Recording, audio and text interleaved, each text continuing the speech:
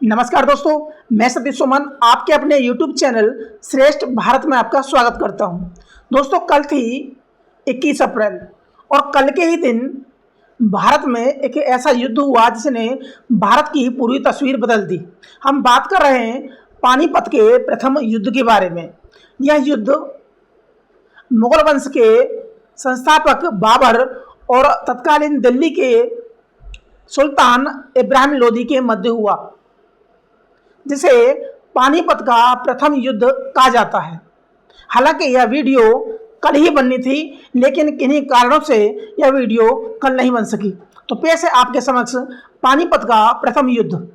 तो आज की वीडियो के माध्यम से जानेंगे कि यह पानीपत का पहला युद्ध किन किन के मध्य और किन किन कारणों से हुआ और इस युद्ध के क्या परिणाम हुए। तो जिन्होंने अभी तक हमारे चैनल को सब्सक्राइब नहीं किया है, प्लीज़ चैनल को सब्सक्राइब कर लें। बगल में जो बेल आइकन है उसे भी क्लिक कर दें ताकि हमारी हर वीडियो का नोटिफिकेशन आप तक पहुंचता रहे। हालांकि हमने पिछली वीडियो में बताया था कि बाबर एक महत्वाकांक्षी योद्धा था। उसने समरकंद के बुखारा ट्रांसओक्शियाना का विशाल क्षेत्र जीतने के बाद 1540 में काबुल को फतेह किया। उसके मन में अपने पूर्वजों तैमूर और चंगेज खां की तरह भारत को विजित करने की इच्छा जागी। 1519 में बाजार और भेरा को जीतने के बाद बाबर सिंधु नदी के तट पर पहुंचा, लेकिन उस समय सिंधु नदी में पानी बहुत बढ़ा हुआ था। इसी कारण से आगे जाने को छोड़कर उसने बदख्शान को जीतने का विचार किया और हालांकि यह कामयाबी उसको मिल गई। उस समय दिल्ली में सिकंदर लोदी का पुत्र इब्राहिम लोदी सत्ता पर था। बाबर कंधार पहुंचा तो वहां पर इब्राहिम लोदी के रिश्तेदार दौलत खां लोदी और आलम खां लोदी बाबर से मिले और उन्होंने बाबर को भारत पर आक्रमण करने के लिए आमंत्रित किया। 1524 में बाबर ने लाहौर पर विजय हासिल की। बता दें कि बाबर ने भारत में 5 बार आक्रमण किया।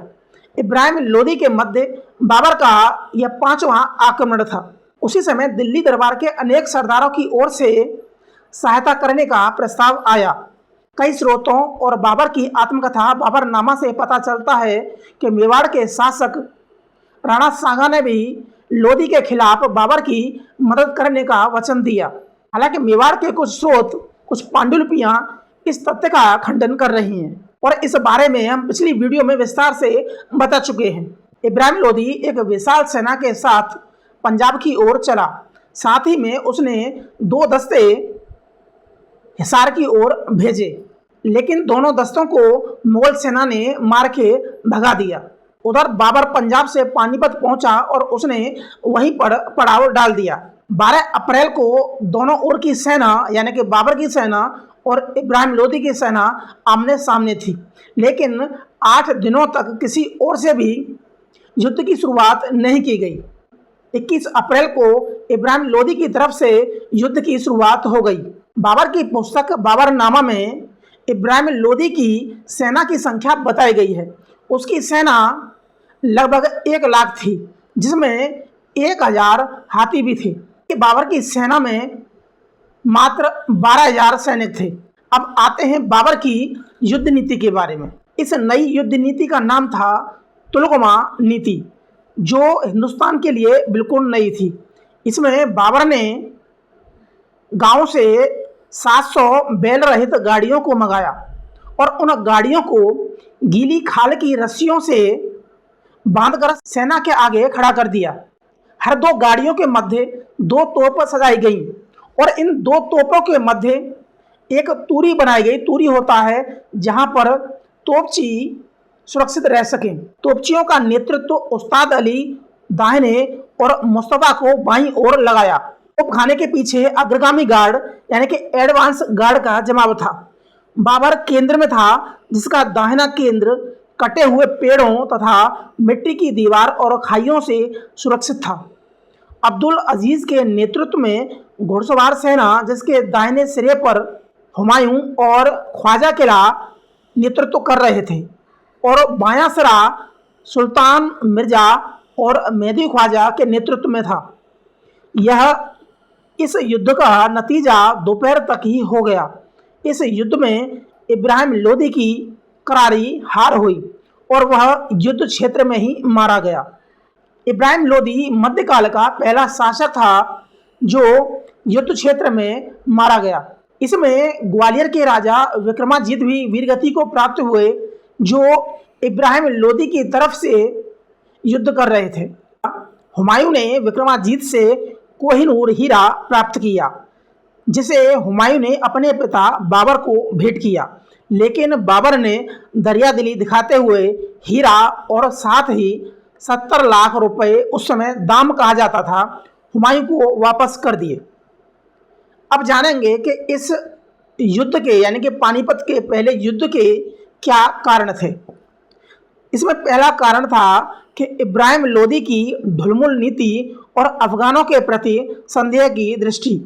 दूसरा था सेना में अनुभवहीन और उजड्ड सैनिक, यानी कि इब्राहिम लोदी की सेना में नई भर्ती हुई थी और उन्हीं नई भर्ती हुए सैनिकों को युद्ध में उतार दिया। दूसरी तरफ जो बाबर की सेना थी वह काफ़ी अनुशासित थी। बाबर ने अपनी किताब में लिखा है कि हिंदुस्तान के सैनिक मरना तो जानते हैं लेकिन लड़ना नहीं जानते। बाबर युद्ध कला में प्रवीण था। उसने तुलगमा नीति उज़्बेकों से सीखी, ईरानियों से उसने बंदूक का प्रयोग करना सीखा, तुर्कों से घुड़सवारी सीखी, मंगोलों और अफगानों से व्यूह रचना सीखा। तोपों को सजाने की जो नीति थी वह उस्मानियों से सीखी, जिसे हम उस्मानी नीति कहते हैं। 10 मई को बाबर इब्राहिम लोदी के राजमहल में प्रवेश करता है, जहां पर हुमायूं ने उसका स्वागत किया। अब बाबर दिल्ली और आगरा का बादशाह था। उसने कासिम संभली को संभल, हसन खां को मेवात, मोहम्मद जैतून को धौलपुर, तातार खां को ग्वालियर, कुतुब खां को इटावा और आलम खां को कालपी का गवर्नर बनाया। दरिया खां लोहानी का पुत्र बहार खां उसने सुल्तान मोहम्मद के नाम से बिहार का गवर्नर नियुक्त किया और गुलाम मरगूक को महावन का गवर्नर बनाया। आलम खां को दीपालपुर की जागीर दी, लेकिन जैसे ही बाबर वहां से चला, दौलत खां ने दीपालपुर पर अपना अधिकार कर लिया। तो दोस्तों, आज पढ़ा हमने पानीपत के प्रथम युद्ध के बारे में। तो आज की वीडियो में सिर्फ इतना ही। मिलते हैं हम अगली वीडियो में, तब तक के लिए नमस्कार।